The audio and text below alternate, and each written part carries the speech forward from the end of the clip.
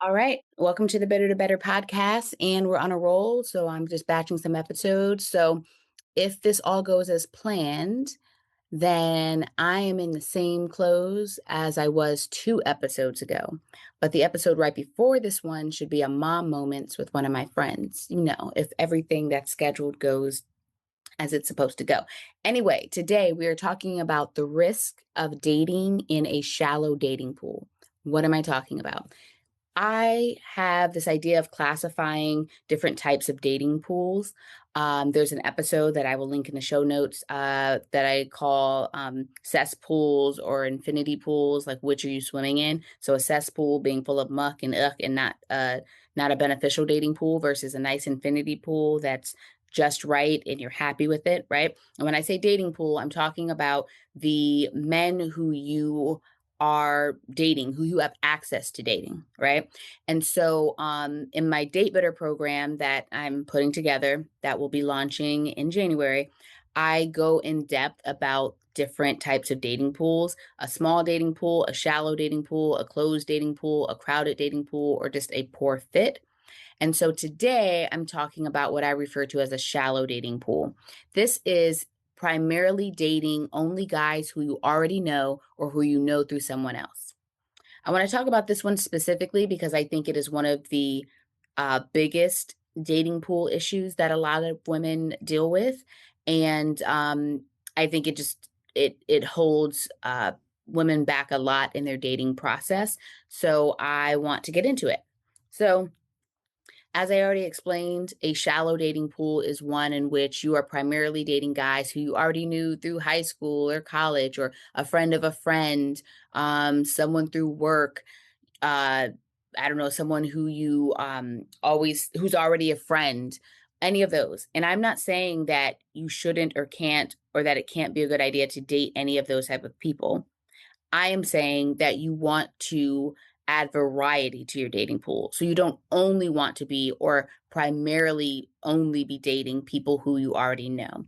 And I want to get into why. So I'm talking to you if or I'm saying this to people, to women who are saying they're not currently happy with their dating situation, and then assessing your or auditing your dating pools and seeing, am I dating in a shallow dating pool? Am I maybe engaging with a number of guys, but they're all connected in some way through my kids' extracurriculars or through someone who a friend I already have or a friend from the past or an ex, maybe they're your ex dating partner, ex relationship partner, any of these things where you just find yourself continuing to engage with the a more closed circle of people. Um, and there are reasons why people do this. I think the primary one being it being convenience. So primary two, I would say convenience and a sense of safety. All right. Convenience because it's like these people are already in my community. I'm already bumping into them for various reasons. Right. So I don't have to put out as much effort in finding people. Right. And then the safety aspect comes in a couple of ways.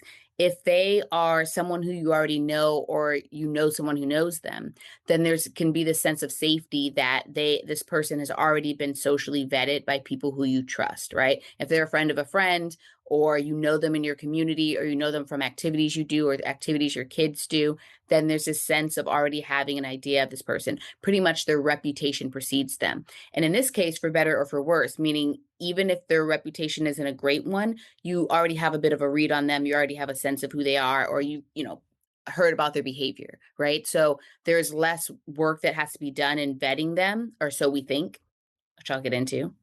Um, and there is just a sense of like, all right, they've already been checked out by some people who I trust because these people already know them, right? So it's understandable why we can lean into dating in a shallow dating pool. And I want to be clear, it's absolutely fine to date friends of friends and people who you already know. You just should also date people outside of that shallow dating pool if you are not currently happy with your dating prospects. If those are not working out and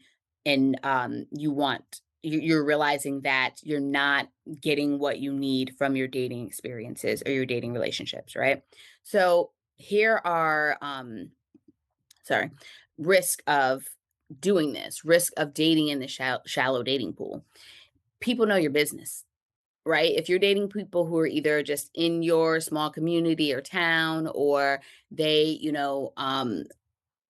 people who just you work with, or they are, involved in your kids' school or extracurricular activities. If there's when you're dating people in smaller communities of things, different activities, different actual towns, stuff like that, then there's going to be people who already know about that person. They're more likely to hear about you and what you do. So there's this aspect of having people in your business. Another thing is more potential for X drama, meaning if people who you have dated in the past or who that person has dated in the past are also in this community, then there's just more opportunity for drama with exes because they may be more physically in your space. And oh, here we go. Here's a kid and a dog. So the previous episode I said might be chaotic. This one actually truly is chaotic. Let's pause. All right, so I had to pause for a little bit to heat up the boys' dinner and all that. So I believe I'm starting from where I was. I had just finished talking about the second risk of dating in a shallow dating pool is more potential for drama with your ex or your exes or your dating partner's exes because everybody knows everybody and all that good stuff, right? Also, it can be harder to move on if there ends up being a breakup in that dating relationship because you're just all in the same community. So you see each other or you hear about each other or people ask you questions about each other, all of that sort of stuff. So you're more likely to be in a situation where you don't get the distance that you maybe want or need in uh in the instance of a breakup. Also, it just limits your options. If you're only or primarily dating from this shallow dating pool of people who you know or know people or people who know people who you know and all of that, or people from your past, stuff like that, then you're just limiting yourself. And again, it is fine if you are content with your dating options, then there's really no conversation here. But I'm talking to women who are saying that they're not content with their dating options. They're for one reason or another, not finding dating in this pool successful. So in that case, you are going to want to expand your options by inviting variety into your dating pool, getting to know and meet guys who you don't know, who are complete strangers to you. Because believe it or not, that's what dating generally is. It is about starting out as strangers with someone and dating them to get to know them. I know that sounds scary to a lot of people, but it is how it's generally done, right? Your dating partner, your eventual romantic partner was at some point a stranger to you. And then the last one I would say is that you just keep getting more of the same. This is probably the biggest risk is that if you're saying you're not happy with who you're dating and who you're finding to date, but you're dating in a shallow dating pool, you're only going to get more of the same. So it's dating in this shallow dating pool, dating only people you know or people who know people you know or people from your past or that sort of thing is only getting you more of the same. So that is not going to get you what you want. So what do you do? What do you do if you do want to date in a deeper dating pool, a more open dating pool?